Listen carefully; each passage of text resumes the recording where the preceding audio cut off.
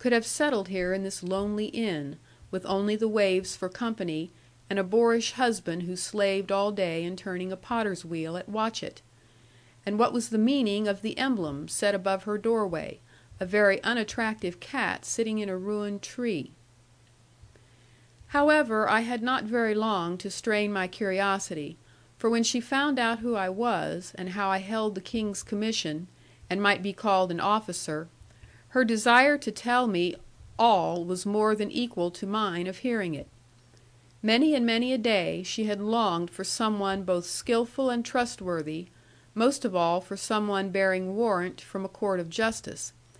But the magistrates of the neighbourhood would have nothing to say to her, declaring that she was a crack-brained woman, and a wicked and even a foreign one. With many grimaces she assured me that never by her own free will would she have lived so many years in that hateful country, where the sky for half the year was fog, and rain for nearly the other half.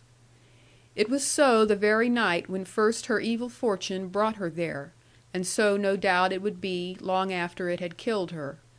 And if I wished to know the reason of her being there, she would tell me in a few words, which I will repeat as briefly. By birth she was an Italian, from the mountains of Apulia, who had gone to Rome to seek her fortunes, after being badly treated in some love affair. Her Christian name was Benita. As for her surname, that could make no difference to any one. Being a quick and active girl, and resolved to work down her troubles, she found employment in a large hotel, and rising gradually, began to send money to her parents. And here she might have thriven well, and married well under sunny skies, and been a happy woman, but that some black day sent thither a rich and noble English family, eager to behold the Pope.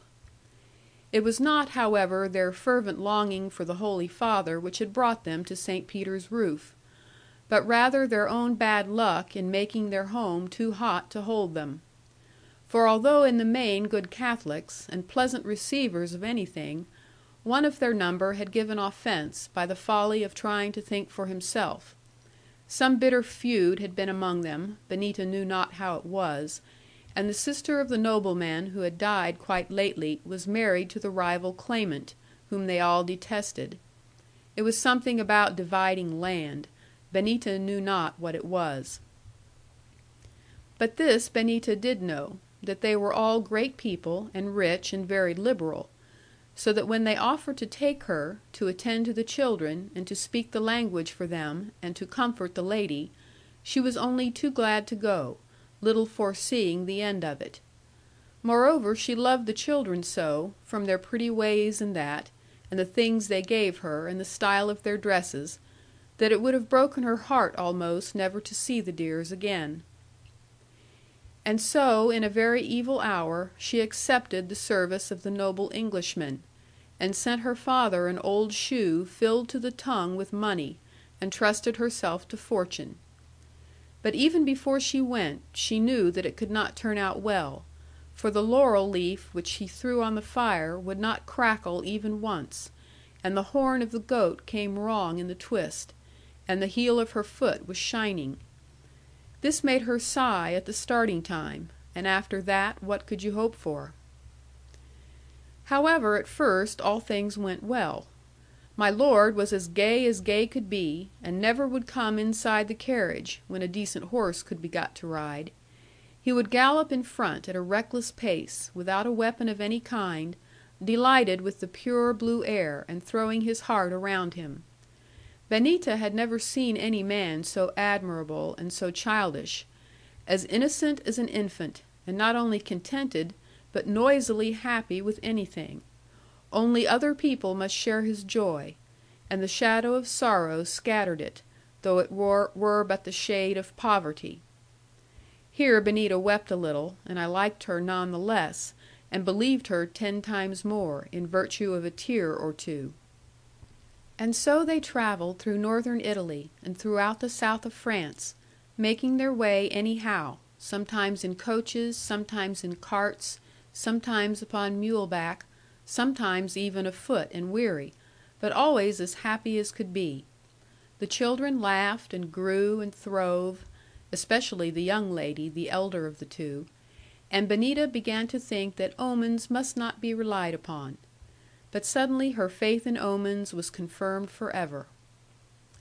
My lord, who was quite a young man still, and laughed at English arrogance, rode on in front of his wife and friends, to catch the first of a famous view, on the French side of the Pyrenees hills. He kissed his hand to his wife, and said that he would save her the trouble of coming. For those two were so one in one, that they could make each other know whatever he or she had felt. And so my lord went round the corner with a fine young horse leaping up at the steps. They waited for him, long and long, but he never came again, and within a week his mangled body lay in a little chapel yard, and if the priests only said a quarter of the prayers they took the money for, God knows they can have no throats left, only a relaxation.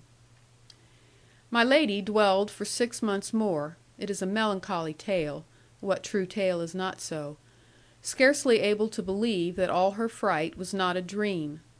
She would not wear a piece or shape of any mourning clothes. She would not have a person cry, or any sorrow among us. She simply disbelieved the thing, and trusted God to right it. The Protestants, who have no faith, cannot understand this feeling. Enough that so it was, and so my lady went to heaven.